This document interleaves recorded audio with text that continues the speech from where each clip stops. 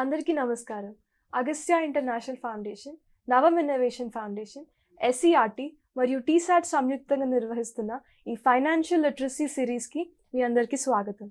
ఈరోజు episode rising prices and falling rupees. So పెరిగే ధరలు, తరిగే రూపాయి విలువ, దీని మధ్య ఉన్న సంబంధాన్ని, ఆ రిలేషన్షిప్ని మనతో చెప్పడానికి మనతో పాటు ఇద్దరు స్పీకర్స్ ఉన్నారు. GNITS కాలేజ్ నుంచి సో హిరణ్మయి గారు అండ్ మాన్సా గారు. నమస్కారం అండి, welcome to the studio. So ఈరోజు నేను ఈ పెరిగే ధరలు ఇంకా తరిగే రూపాయి వాల్యూ దీని గురించి మాట్లాడదామని అనుకుంటున్నాను. సో ముందుగా ఒక చిన్న డౌట్తో స్టార్ట్ చేద్దాం అనుకుంటున్నాను. సో గత సంవత్సరం మమ్మీ ఒక బియ్యం బస్తా, ఒక 25 kgs బియ్యం బస్తా కొనాలంటే ఒక 1200 రూపాయలు చెల్లిస్తే సరిపోతుంది. కానీ అదే ఈ సంవత్సరం అదే బ్రాండ్, అదే 25 kgలు, అదే రైస్ బ్యాగ్, అదే ఒక 1500 వరకు పెరిగిందనమాట. సో ఇక్కడ ఒక్క సంవత్సరంలోనే 300 రూపాయలు పెరిగింది అదే రైస్ బ్యాగ్, అదే క్వాంటిటీలో. సో ఇలా ఎందుకు అవుతూ ఉంటుంది? ఇన్ఫ్లేషన్ అనే దాని వల్ల అవుతుంది. ఇన్ఫ్లేషన్ అంటే ఒకటి దాని ప్రైస్ పెరగడం, ఒక వస్తువు టైంతో పాటు ప్రైస్ పెరగడం, దీన్ని ఇన్ఫ్లేషన్ అంటారు. ఇన్ఫ్లేషన్ మనకి అన్ని వస్తువులకి జరుగుతుంది. రైస్, ఇప్పుడు మీరు చెప్పినట్టు రైస్తో పాటు మీ జీవితంలో ఉన్న అన్ని విషయాలతోనూ ఇన్ఫ్లేషన్ జరుగుతుంది. ఉల్లిపాయలు, పెట్రోల్ లాంటివే కాకుండా మనము రోజు వాడే వస్తువులు, మెడిసిన్స్ కానీ, బట్టలు కానీ, ఇవన్నీ కూడా పెరుగుతాయి. అదే ఇన్ఫ్లేషన్ అంటారు. దానివల్ల ఇలాంటి మీ సినారియో దానివల్ల జరిగిందని మనం చెప్పగలం. సో ఈ ఇన్ఫ్లేషన్ అనేది అంటే రైస్, పెట్రోల్ ఇవే కాకుండా ఇంకా వేరే విషయాల మీద కూడా అవుతుంది? ఒకవేళ అవుతున్నట్లయితే ఆ విషయాలు ఏంటి? ఉల్లిపాయలు, పెట్రోల్ అయ్యే కాదు, మీరు జనరల్గా కొనే రోజు వాడే వస్తువులు అన్నిటికీ పెరుగుతుంది అన్నమాట. ఇది ఎందుకు జరగడం అంటే చాలా ఫ్యాక్టర్స్ ఉంటాయని మనం చెప్పచ్చు. మేబీ అవి వాడే రా మెటీరియల్స్ ప్రైస్ పెరగడం వల్ల అమ్మే వాళ్ళు పెంచాల్సి వస్తుంది, అలా అని కూడా చెప్పచ్చు మనం. ఓకే, సో దేనికన్నా ఒక కొలత ఉంటుంది కదా, లైక్ ఒక లెంత్ని కొలవాలన్నా, వాటర్ని కొలవాలన్నా లీటర్స్ అని చెప్తారు కదా. అలాగే ఇన్ఫ్లేషన్ని కొలిచేది ఏమన్నా ఉందా? ఇంత ఇన్ఫ్లేషన్ అయింది, ఇంత ఇన్ఫ్లేషన్ అయింది అని చెప్పేసి మనకి ఎలా తెలుస్తుంది? అంటే ఇప్పుడు సపోజ్ నేను ఒక ఎగ్జాంపుల్ ఇస్తాను. సో లాస్ట్ ఇయర్లో ఒక మంత్లో మనము గ్రాసరీస్ కొనాలనుకోండి, అప్పుడు మనము 2000 రూపీస్ స్పెండ్ చేస్తున్నాం. ఇప్పుడేమో ఒక 2200 స్పెండ్ చేస్తున్నాం అనుకోండి, డిఫరెన్స్ 200 రూపీస్. సో అది 10% అని రైజ్ ఉందని చెప్పొచ్చు. సో ఈ 10% అనేది మనం ఇన్ఫ్లేషన్ ఇలా కొలుస్తున్నాం. సో పర్సంటేజ్, లైక్ శాతం, అలాగా మనము కొలుస్తాం అనమాట. దీనివల్ల మన గవర్నమెంట్కి మన ఎకానమీ ఎలా పెరుగుతుంది, తగ్గుతుంది అని మనం చెప్పచ్చు. ఈ విధంగా మనం కొలిచినప్పుడు మనకి ఇయర్ ఇయర్కి ఎంత తేడా వస్తుందో మనం తెలుసుకోవచ్చు. ఇన్ఫ్లేషన్ పెరగడం ఎంత ఎక్కువ పెరిగితే మనకి ఒక మెజర్మెంట్ ఉంటుంది. ఎక్కువ పెరిగినా కష్టమే, తక్కువ పెరిగినా కష్టమే. ఇన్ఫ్లేషన్ మరీ ఎక్కువ పెరగకూడదు, మరీ తక్కువ కానీ పెరగడం అనేది జరగాల్సిందే. సో నేనేమనుకుంటున్నా అంటే ఇన్ఫ్లేషన్ అనేది రూపాయి వాల్యూ తగ్గడం వల్ల వస్తుంది అని అనుకుంటున్నా. సో ఇది నిజమా లేదంటే ఒక అపోహ ఇదేమో? అంటే మీరు చెప్పింది నిజమని నేను చెప్పదలుచుకుంటున్నాను. ఎందుకంటే మీరు చెప్పింది కరెక్ట్. అది ఇన్ఫ్లేషన్ పెరగడం వల్ల మన రూపీ వాల్యూ తగ్గుతుంది, అది ఉల్టా కాదన్నమాట. ఒక ప్రోడక్ట్ ఇయర్కి దాని మేకింగ్ ఛార్జ్, అది చేయడానికి కావాల్సిన డబ్బు కానీ, లేదంటే అది అమ్మడానికి కావాల్సిన డబ్బు కానీ, ఇవి పెరుగుతూ ఉంటాయి. అవి పెరగడం జరిగినప్పుడు మనకి ఇన్ఫ్లేషన్ జరుగుతుంది. సో రూపాయి వాల్యూ తగ్గుతుంది, ఇయర్కి రూపాయి వాల్యూ తగ్గుతుంది. సో మనం కిరాణా స్టోర్కి వెళ్ళినప్పుడు లాస్ట్ ఇయర్ 100 ధరతో కొన్నది ఇప్పుడు ఇంకా తక్కువ వస్తువులు వస్తాయి అనమాట మనకి, అదే 100 రూపీస్. సో ఇప్పుడు ఏం చెప్పచ్చు, 100 విలువ లాస్ట్ ఇయర్కి ఈ ఇయర్కి పోలిస్తే ధర వాల్యూ చాలా తక్కువ అయిపోయిందని మనం చెప్పవచ్చు. సో క్లియర్గా అర్థం అవ్వాలంటే ఇదే ఇన్ఫ్లేషన్. సో ఇప్పుడు మనం చూస్తుంటాము, పిల్లలు తినే చిప్స్ కానీ, బిస్కెట్స్ కానీ, లేకపోతే ఏమైనా చిన్న ఆహార పదార్థాలు కానీ మనం షాప్లో చూస్తూ ఉంటాం కదా. అవి రేట్లు అనేవి చాలా ఈజీగా పెరుగుతూ ఉంటాయి. సంవత్సరం వరకు చూడకపోయినా ఒక 6 నెలల కన్నా, లేకపోతే ఇలాంటి కొన్ని నెలల కన్నా పెరుగుతూ ఉంటాయి అన్నమాట. ఇది కూడా ఇన్ఫ్లేషన్ కిందకే వస్తుందా, లేదంటే దీని వెనకాల ఇంకా ఏదైనా ప్రాసెస్ ఉందా? ఇది ఇన్ఫ్లేషనే, కానీ జస్ట్ ఇన్ఫ్లేషన్ అనే మాట దగ్గర మనం వదిలేయలేము. దీన్ని డిమాండ్ పుల్ ఇన్ఫ్లేషన్ అంటాం. సపోజ్ ఇప్పుడు పిల్లలు స్కూల్ అయిన తర్వాత వాళ్ళ ఫ్రెండ్స్తో స్నాక్స్ తినడానికి ఇష్టపడుతూ ఉంటారు కదా. సో అలాంటప్పుడు వాళ్ళ స్కూల్ దగ్గర ఉన్న స్టోర్ దగ్గరికి వెళ్ళి చిప్స్ కోసం కొనాలని చూస్తూ ఉన్నారంటే అప్పుడు మనము ఏం చెప్పొచ్చు, ఈ షాప్ కీపర్ దగ్గర 50 చిప్సే ఉంటే ఒక 100 స్టూడెంట్స్ వచ్చి అడుగుతూ ఉంటే తన దగ్గర తక్కువ చిప్స్ ఉన్నాయి. సో తను ఏమనుకుంటాడు, నెక్స్ట్ డే ఒక 2 రూపీస్ పెంచినా ఈ పిల్లలందరూ మన చిప్స్ కొనడానికి ఇష్టపడతారు అనేసి. సో ఇప్పుడు డిమాండ్ ఎక్కువ ఉన్నా కూడా సప్లై దాన్ని మ్యాచ్ అవ్వలేకపోతుంది కాబట్టి అతను ప్రైస్ ఇంక్రీజ్ చేస్తున్నాడు. సో ఇది కూడా ఒక రకంగా ఇన్ఫ్లేషన్ అని మనం చెప్పొచ్చు. ఇట్లనే మనం ఎవ్రీడే చూసేది, మనం రెగ్యులర్గా చూసేది పొటాటోస్ అండ్ టొమాటోస్ మనం రెగ్యులర్గా చూస్తాం అనమాట. ఒక ఇయర్ పొటాటో ఒకవేళ వాళ్ళ పంట దగ్గర ఏమైనా ప్రాబ్లం వచ్చింది అనుకో, లైక్ ఏమైనా న్యాచురల్ డిజాస్టర్, లైక్ ఏమైనా జరిగితే వాళ్ళకి ప్రాబ్లం ఏమైనా వస్తే వాళ్ళకి డిమాండ్ పెరుగుతుంది. వాళ్ళ ప్రోడక్ట్కి డిమాండ్ పెరిగినప్పుడు సప్లై తక్కువ ఉన్నప్పుడు డిమాండ్ పుల్ ఇన్ఫ్లేషన్ అంటాము. సో మీరు కూరగాయల గురించి మాట్లాడారు కాబట్టి నాకు ఒక చిన్న డౌట్ ఉంటుంది. ఏంటంటే మనం చాలాసార్లు చూస్తూ ఉంటాం, ఉల్లిపాయ ధర పెరుగుతుంది, లేదంటే టొమాటో ధర పెరుగుతుంది, అప్పుడు మల్లెపూల ధర కూడా పెరుగుతూ ఉంటుంది కదా. సో ఎందుకలా పెరుగుతుంది అని ఒకవేళ షాప్ అమ్మేవాడు కానీ వెజిటబుల్ వెండర్ కానీ మనం వెళ్ళి అడిగినప్పుడు అతను ఏమంటాడంటే నాసిక్లో వర్షాలు పడడం వల్ల, మహారాష్ట్రలో వరదలు రావడం వల్ల అని ఏదో ఒక స్టేట్ గురించి కానీ ఏదో ఒక వేరే వెదర్ కండిషన్ గురించి కానీ మాట్లాడుతూ ఉంటాడు. సో ఇప్పుడు వెదర్ కండిషన్ వల్ల వచ్చిన ప్రాబ్లం అయింది, లేదంటే ఇన్ఫ్లేషన్ కూడా ఈ వెదర్కి యాడ్ అయ్యి ప్రాబ్లమ్ని క్రియేట్ చేసిందా? ఇది ఇన్ఫ్లేషనే. ఈ వెదర్ ఇన్ఫ్లేషన్కి ఇంకా ఎక్కువ పెరుగుతుంది అని మనం చెప్పచ్చు. దీన్ని కాస్ట్ పుష్ ఇన్ఫ్లేషన్ అయినా సప్లై పుష్ ఇన్ఫ్లేషన్ అయినా అంటాం అన్నమాట. సో ఇప్పుడు ఎక్కువ తయారు చేయడానికి రా మెటీరియల్స్ వాడతాం కదా. నేను ఒక ఎగ్జాంపుల్ చెప్తాను. ఒక ఫార్మర్ తన ట్రాక్టర్ వాడతాడు పొలాన్ని పండించడానికి. ఆ ట్రాక్టర్కి డీజిల్ కావాలి. లాస్ట్ ఇయర్ అది 80 రూపీస్ ఉందనుకుందాం, ఇయర్ 90 రూపీస్. సో ప్రైస్ పెరిగింది. అతను అదే కాకుండా విత్తనాలు ఇంకా పనిచేసే మనుషులకి కూడా డబ్బులు కట్టాలి కాబట్టి అవి కూడా పెరిగితే గనక లాస్ట్కి తన పంట పండినప్పుడు అవి ఎక్కువ ధరకి అమ్మితేనే అతనికి లాభం వస్తుంది. అతనికి కూడా లాభం కావాలి కదా, అతనికి కూడా నెల గడవాలంటే. సో తను కూడా పెంచడం వల్ల ఇది ప్యాటర్న్ రిపీట్ అవుతూ ఉంటుంది. ఈ ప్యాటర్న్ రిపీట్ అవ్వడం వల్ల ఇన్ఫ్లేషన్ పెరుగుతుంది అని చెప్పచ్చు. సో ఇన్ఫ్లేషన్ రావడం వల్ల జనాలకి కానీ మనకి కానీ షాప్ కీపర్స్ కానీ అమ్మే వాళ్ళకి కానీ రైతులకు కానీ లాభం వస్తుందంటారా, లేదంటే నష్టం వస్తుందంటారా?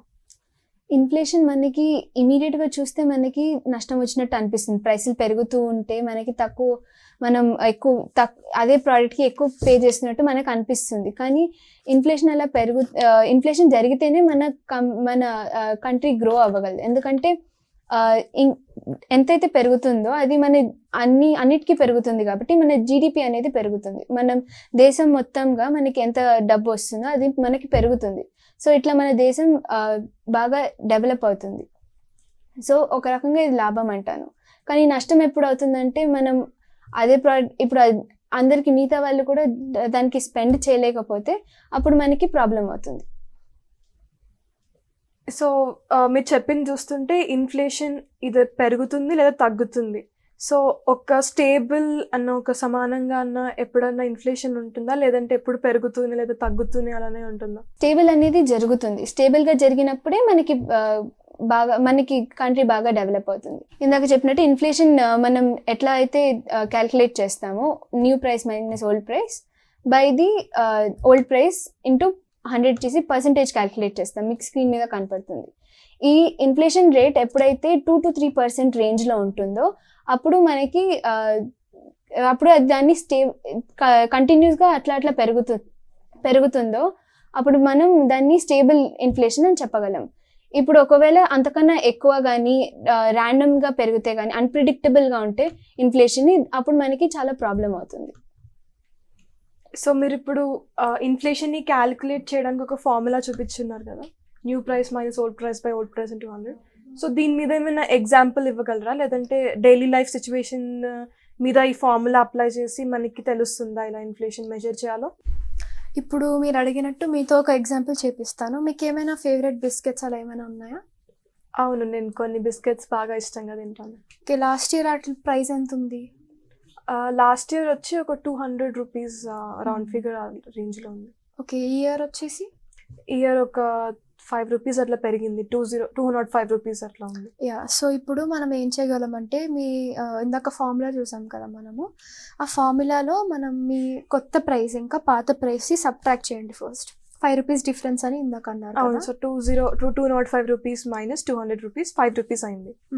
దానిని మనం ఓల్డ్ ప్రైస్తో డివైడ్ చేయాలి. అంటే లాస్ట్ ఇయర్ మనకి మీరు అన్నట్టు మీరు ఇష్టపడేవి 200 రూపీస్ ఉంది. సో ఆ 5 రూపీస్ అండ్ 200 రూపీస్ డివైడ్ చేయాలి. ఓకే, ఆ డివైడ్ చేసింది మనము పర్సంటేజ్ కోసం 100తో మల్టిప్లై చేయాలన్నమాట. Okay, so 500 by 5/200 into 100. 500/200, so almost like 2.5% వస్తుంది. 2.5. ఇప్పుడు ఇది 2 ఇంకా 3కి మధ్యలో ఉంది కాబట్టి ఈ పర్సంటేజ్ ఇది మనం ఒక స్టేబుల్ ఇన్ఫ్లేషన్, ఒక మంచి ఇన్ఫ్లేషన్ అని మనం చెప్పగలం. ఓకే, సో మీరు అన్నట్టు ఇన్ఫ్లేషన్ స్టేబుల్గా స్టడీగా ఉండడం మంచిది అంటున్నారు కదా. సో ఒకవేళ ఇన్ఫ్లేషన్ అన్స్టేబుల్ ఉంది, సరిగ్గా లేదు అని మనకి ఎలా తెలుస్తుంది? ఒకవేళ 2-3% కన్నా ఎక్కువ జరిగిందనుకో ఇన్ఫ్లేషన్, అప్పుడు మనం అన్స్టేబుల్ అని చెప్పొచ్చు. కానీ ఒకవేళ అసలు ఇన్ఫ్లేషన్ అనేది జరగట్లేదు అనుకో, ఇన్ఫ్లేషన్ అంటే ఏంటి? స్టడీగా పెరగడం, ప్రైసెస్ పెరగడాన్ని ఇన్ఫ్లేషన్ అంటాం. దీనికి ఆపోజిట్ డిఫ్లేషన్ కూడా అప్పుడప్పుడు జరగవచ్చు. డిఫ్లేషన్ అనేది ప్రైసెస్ డిక్రీజ్ అవ్వడం. డిప్లీషన్ జరగడం వల్ల కూడా మనకి చాలా ప్రాబ్లమ్స్ ఉంటాయి. ఎందుకంటే ఒకవేళ ఎవరైనా పే చేద్దాం అనుకున్నారనుకో, ఇంకా తగ్గుతుంది ప్రైస్ అని అనుకుని కొంతమంది పే చేయరు. ఇట్లా నేను ఇందాక చెప్పినట్టు ఇన్ఫ్లేషన్ వల్ల మన దేశం పెరుగుతుంది, మన దేశం అభివృద్ధి పెరుగుతుంది. సో ఆ డెవలప్మెంట్ అనేది మనకి సరిగ్గా జరగదు. ఎందుకంటే ప్రైసెస్ అన్నీ తగ్గిపోయినాయి, ప్రైసెస్ కూడా తక్కువ ఉన్నప్పుడు దేశం మొత్తానికి కలిపిన ప్రైసెస్ కూడా తగ్గిపోతాయి. ఈ రకంగా డిఫ్లేషన్ అయినప్పుడు మనకి చాలా ప్రాబ్లం అవుతుంది. అవును, జీడిపిని ఇదంతా ఎఫెక్ట్ చేస్తుందని మనం చెప్పవచ్చు అన్నమాట. So study okay, unstable okay, inflation ఎప్పుడైనా బ్యాడ్గా కానీ వర్స్ట్గా కానీ ఎఫెక్ట్ చేసిందా? అవును, ఆ సిచ్యువేషన్స్ కూడా ఉంటాయన్నమాట. సో ఇది బ్యాడ్ ఇన్ఫ్లేషన్ అంటాం. అంటే ర్యాపిడ్గా మరీ ఎక్కువ ఒకేసారి పెరిగితే దాన్ని హై ఇన్ఫ్లేషన్ అనవచ్చు అనమాట. దీనివల్ల మన మనీ చాలా తొందరగా వాల్యూ పోతుంది. సపోజ్ నువ్వు లాస్ట్ వీక్ మీ బిస్కెట్ ప్యాకెట్స్ కొంటే అప్పుడు 200 ఉంది. అదే ఇప్పుడు ఈ వీక్ 210 రూపీస్ ఉంది, నెక్స్ట్ వీక్ 220 రూపీస్ ఉంటే సడన్గా ఇంక్రీజ్ ఉంది కదా ప్రైస్లో.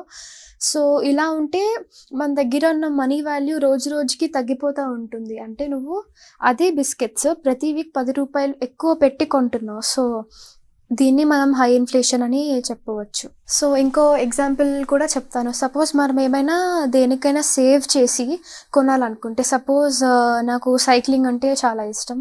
సో నేను ఒక కొత్త సైకిల్ కొనుక్కుందాం సో హై ఇన్ఫ్లేషన్ సిచ్యువేషన్ అని ఒక ఎగ్జాంపుల్. సో ఆ సైకిల్ కొనడానికి ఇప్పుడు నేను ఎంత మనీ సేవ్ చేయాలి నాకు తెలియదు, ఎందుకంటే తొందరగా ప్రైస్ పెరుగుతుంది. సపోజ్ నెక్స్ట్ ఈ వీక్ 5000 ఉందని నేను సైకిల్కి 5000 సేవ్ చేస్తే నెక్స్ట్ వీక్ అది 5500 అవ్వచ్చు. నా దగ్గర ఇప్పుడు 500 తక్కువ ఉంది, సో నేను సైకిల్ని కొనలేను.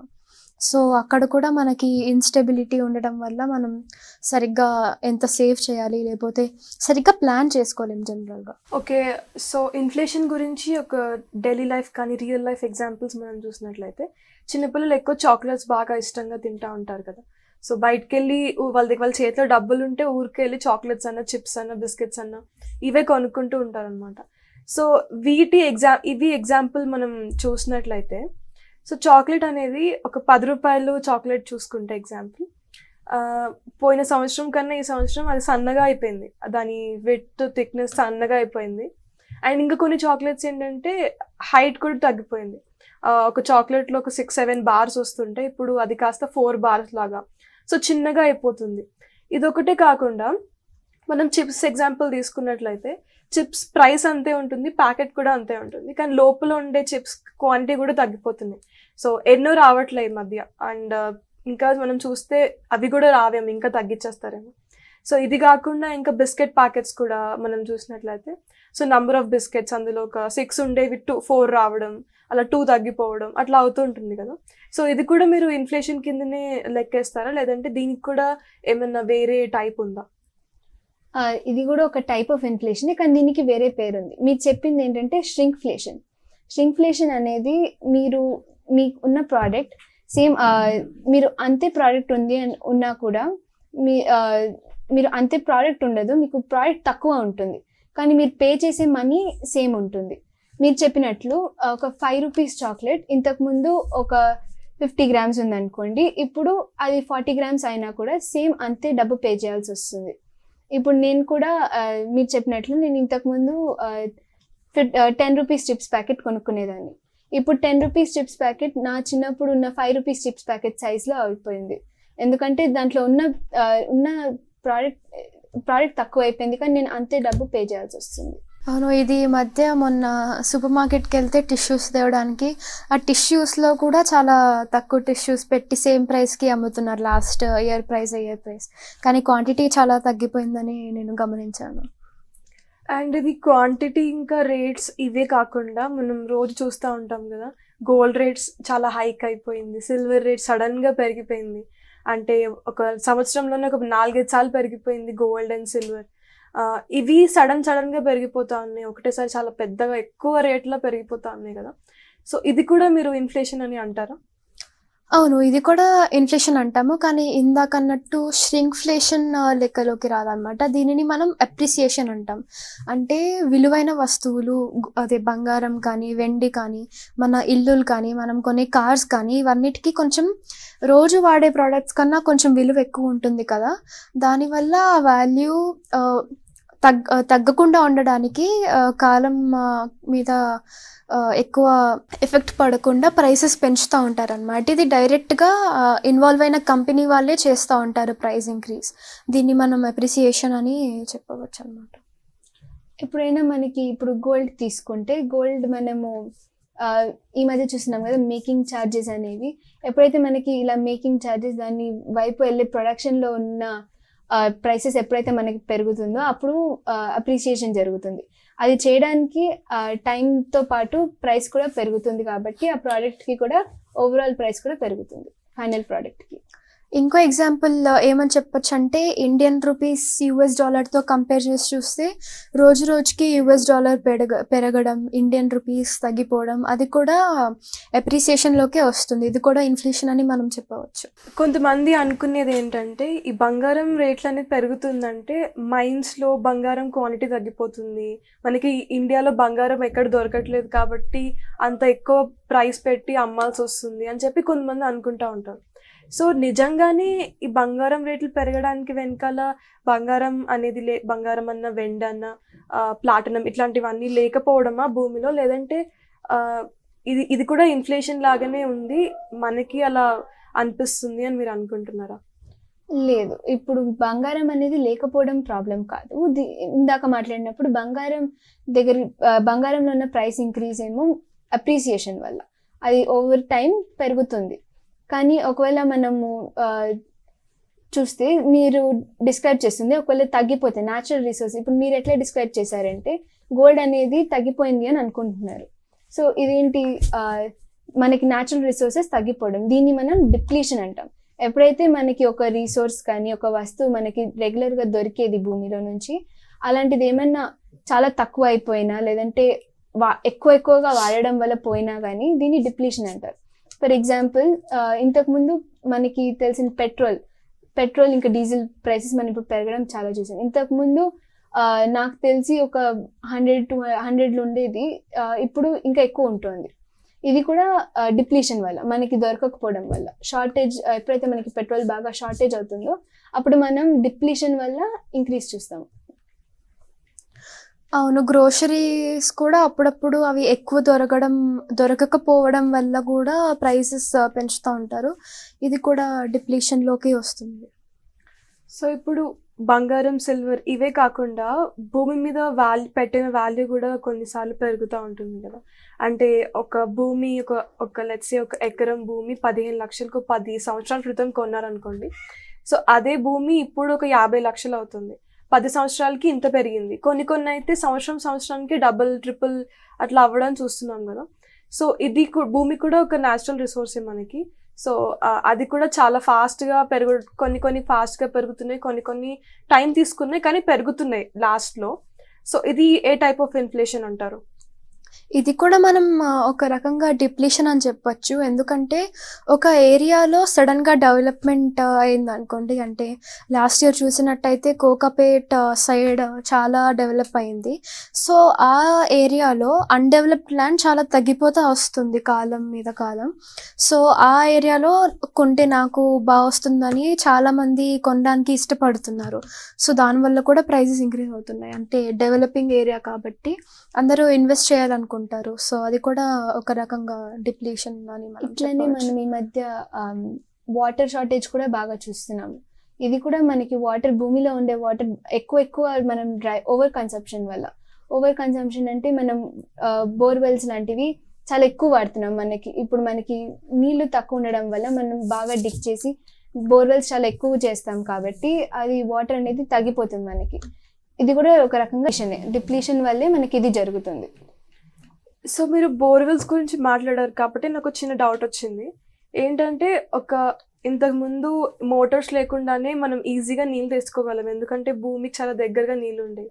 కానీ కాలం మారుతున్న కొద్దీ బావులు చేయాల్సి వచ్చింది, సో డీప్గా తవ్వాల్సి వచ్చింది. సో ఎండాకాలంలో కానీ లేదంటే ఆ బావిలో నీళ్ళు అయిపోయినప్పుడు కానీ ఏమవుద్దంటే బావి ఎండిపోతుంది. సో అప్పుడు ఏం చేయాలంటే ఇంకా లోతుగా తవ్వి ఇంకా మోటార్స్ అవి ఇవి తెచ్చుకొని ఇంకా లేబర్స్ని పిలిచి ఇంకా లోతుగా తవ్వాల్సి వస్తుంది కదా. సో ఇప్పుడు ఈ తవ్వే క్రమంలో మనం చాలా డబ్బులు దానికి ఖర్చు పెడతా ఉంటాం ఒక బావిని రిపేర్ చేయాలంటే. సో ఇది కూడా ఇన్ఫ్లేషన్ అని అంటున్నారు కదా. సో ఇది ఏ రకమైన ఇన్ఫ్లేషన్? అంటే మన డబ్బులు పోతున్న వల్ల ఇన్ఫ్లేషన్, లేదంటే న్యాచురల్ రిసోర్సెస్ మంచినీళ్ళు డిప్లీట్ అవుతున్నాయి కాబట్టి డిప్లీషన్? ఇది మనం డిప్లీషన్ అనే చెప్పచ్చు. ఎందుకంటే after all this is also natural resource కదా. వాటర్ అనేది మనకి భూమిలో దొరికేది. ఇప్పుడు బోర్వెల్ మనకి ఎప్పుడైతే బాగా తవ్వి మనకి వస్తుందో అది మనం బాగా ఎక్కువ తవ్వడం వల్ల నీళ్ళు అనేది మనకి సర్ఫేస్ దగ్గర దొరకడం చాలా తగ్గిపోయింది. సో మనకి ఇంకా ఎక్కువ తవ్వాల్సి వస్తుంది. సో ఇన్ఫ్లేషన్ అనేది మన దేశానికి కానీ మన ఎకనామీకి కానీ ఎలా హెల్ప్ చేస్తూ ఉంటుంది?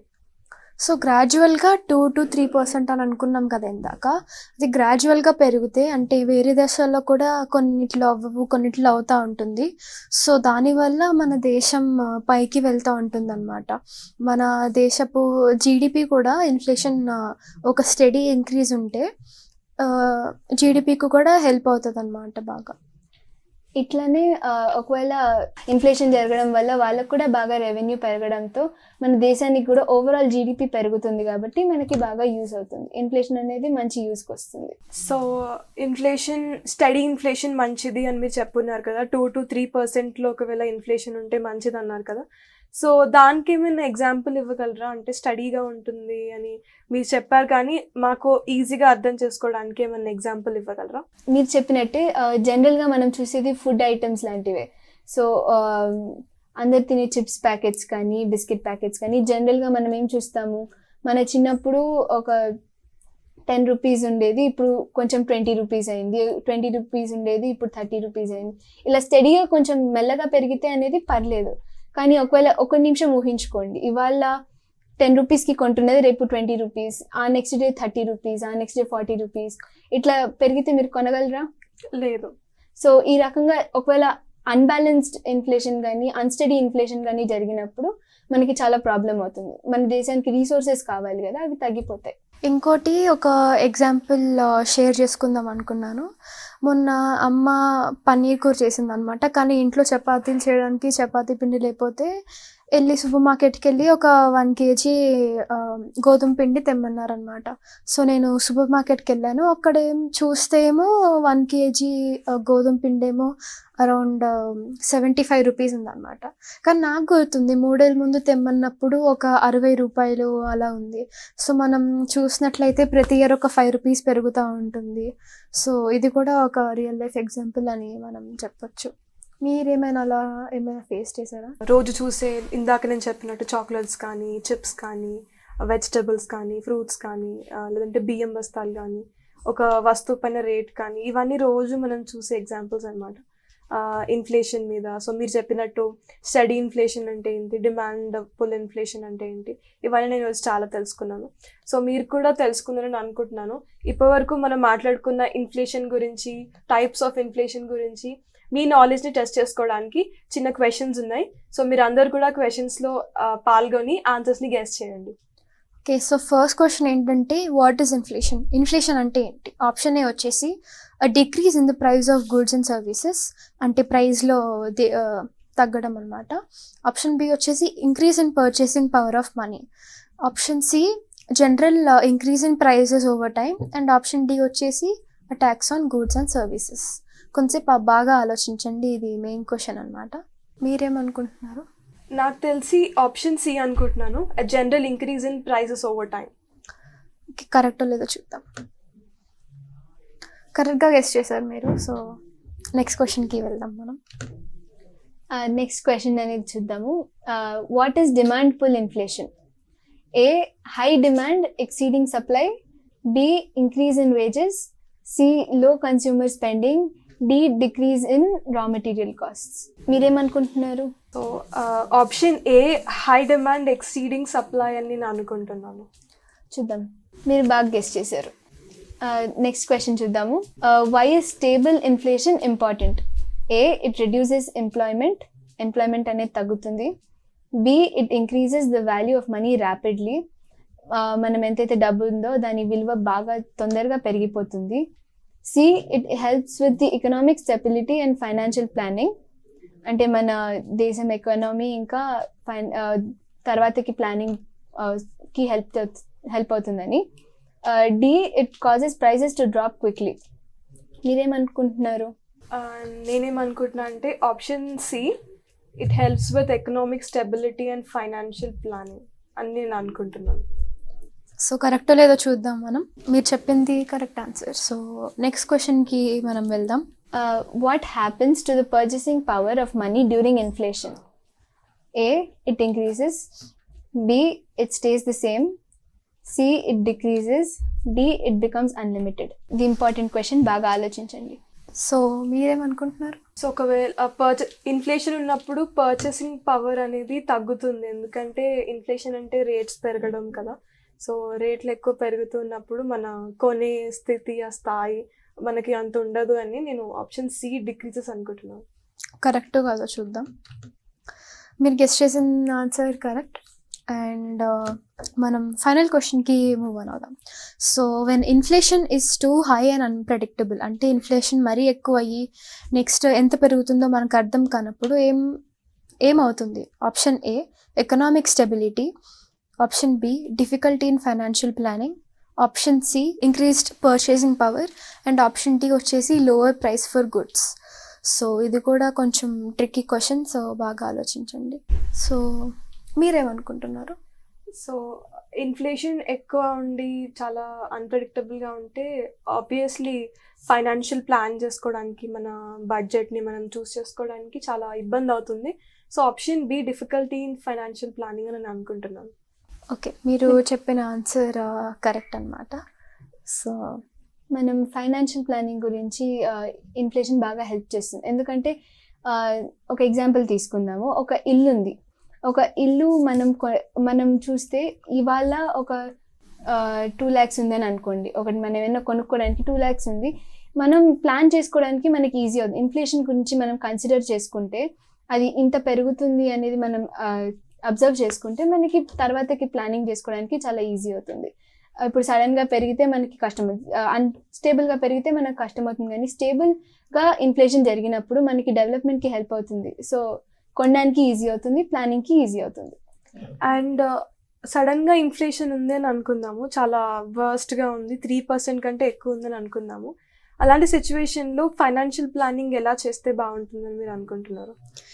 అంటే ఆ సిచ్యువేషన్ ఎప్పుడూ రాకూడదు, ఎందుకంటే మన దేశం ఎకనామిక్ స్టెబిలిటీ చాలా దారుణంగా అయిపోతుంది అనమాట. ఇప్పటికీ ఆ పరిస్థితి మనకి ఎప్పుడూ రాలేదు. సో మన ఫైనాన్షియల్ ప్లానింగ్ చేయడం అంటే అది చాలా కష్టం. సో అది చెప్పడానికి మనకి అంతేం ఉండదు.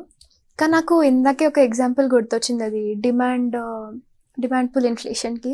సో యూజువల్గా మనకి మూవీస్ రిలీజ్ అవుతూ ఉంటాయి కదా చాలా. కానీ స్టార్ హీరోస్ మూవీస్ రిలీజ్ అవ్వన వెంటనే సినిమా థియేటర్ ఓనర్స్ ఏం చేస్తారు, టికెట్స్ ప్రైసెస్ డిమాండ్ ఎక్కువ ఉందని పెంచుతారు. లైక్ ఇప్పుడు మనము ఫస్ట్ షోస్ అంటే చాలా డిమాండ్ ఉంటుంది కదా, ఫస్ట్ డేనే చూడాలి అలా అనేసి. సో వాళ్ళు ప్రైసెస్ బాగా పెంచేస్తున్నారు. అండ్ మనం కూడా ఏమీ ఆలోచించకుండా సినిమా థియేటర్స్కి వెళ్ళి చూస్తున్నాం ఆ డిమాండ్ ఉన్న. సో ఒక రకంగా థియేటర్స్ ప్రైస్ పెంచడం కూడా అది ఇన్ఫ్లేషన్ కిందకే వస్తుంది అంటారా? అవునవును, ఇన్ఫ్లేషన్ కిందే వస్తుంది. చెప్పినట్టు అది డిమాండ్ పుల్ ఇన్ఫ్లేషన్ అనమాట. వీళ్ళు ఎక్కువ టికెట్స్ అంటే ఇప్పుడు ఇందాక చెప్పినప్పుడు స్టార్ హీరోస్ అంటే అందరూ చూడాలనుకుంటారు కదా సినిమాని. సో అందరూ చూడాలనుకున్నప్పుడు థియేటర్లో సీట్స్ తక్కువ ఉంటాయి అండ్ డిమాండ్ ఎక్కువ ఉంది కాబట్టి వాళ్ళు ప్రైస్ పెంచుతూ ఉంటారనమాట. సో ఇది కూడా ఇన్ఫ్లేషన్ చెప్పచ్చు. ఇంకొకటి డిమాండ్ గురించి మాట్లాడాము, ఇప్పుడు కాస్ట్ పుష్ ఇన్ఫ్లేషన్ గురించి మాట్లాడదాం. మనకి తెలిసింది ఇందాక మాట్లాడినట్టు ఉల్లిపాయలు టొమాటోలు మనం చాలాసార్లు వింటాము. ఇది మాకు అక్కడ ట్రాన్స్పోర్ట్లో ప్రాబ్లం అవుతుంది, ట్రాన్స్పోర్ట్కి ఎక్కువ డబ్బులు పడుతుంది, లేదంటే వర్షాల వల్ల మాకు పంట పాడైంది కాబట్టి మాకు ఎక్కువ డబ్బు పడుతుంది, మాకు కూడా ప్రాఫిట్ కావాలి అని అనుకుంటారు. సో దీన్ని కూడా మనం ఇన్ఫ్లేషన్ అనొచ్చు. ఇప్పుడు మనకేం ప్రాబ్లం అవుతుందంటే సప్లై ఉంది కానీ మనకి కాస్ట్ పెరుగుతుంది కాబట్టి వాళ్ళకు కూడా ఎంతో కొంత ప్రాఫిట్ ఉండాలి కాబట్టి దాన్ని కాస్ట్ పుష్ ఇన్ఫ్లేషన్ అంటాం. మీరేమైనా చెప్పాలనుకుంటున్నారా సప్లై పుల్ గురించి కానీ కాస్ట్ పుల్ గురించి కానీ? అంటే ఇప్పుడు చెప్పాలంటే మన చిన్నప్పటి నుంచి ఇప్పుడు చూసుకున్నా కూడా థియేటర్స్ ప్రైసెస్ గ్రాడ్యువల్గా ఇంప్రూవ్ అవుతుంది. అంటే ఎక్కువ మందికి ఫిట్ చేయడానికి కూడా వాళ్ళు ప్రైసెస్ ఇంక్రీజ్ చేస్తున్నారు, సప్లై ఇంక్రీజ్ చేస్తున్నారు. సో అలా చెప్పచ్చు మనం. ఓకే, సో చూసారు కదా ఈరోజు ఎపిసోడ్. మనం చాలా తెలుసుకున్నాం ఇన్ఫ్లేషన్ గురించి. అసలు రేట్లు ఎందుకు పెరుగుతాయి, రూపాయి వాల్యూ ఎందుకు తగ్గుతుంది, ఇవన్నీ మనం చాలా విషయాలు తెలుసుకుని ఉన్నాం కదా. సో దీని వెనకాల మనకి లాభం వస్తుందా, నష్టం వస్తుందా, దేశానికి ఎలా కాంట్రిబ్యూట్ చేస్తుంది, ఎకనామిక్ గ్రోత్కి ఎలా కాంట్రిబ్యూట్ చేస్తుంది. అండ్ మనం రోజు చూసే ఎగ్జాంపుల్సే మనం చాలా వరకు చూసాము. చాక్లెట్స్ కానీ, వెజిటబుల్స్ కానీ, గోల్డ్ కానీ, ఇలాంటి విషయాలు చాలా చూసాము. దీని వెనకాల ఇన్ఫ్లేషన్ ఎలా పనిచేస్తుందో కూడా మనం చూసాం కదా. సో ఇలాంటి మరెన్నో ఎపిసోడ్స్తో మీతో మళ్ళీ కలుసుకుందాము. అంతవరకు సెలవు. ధన్యవాదాలు.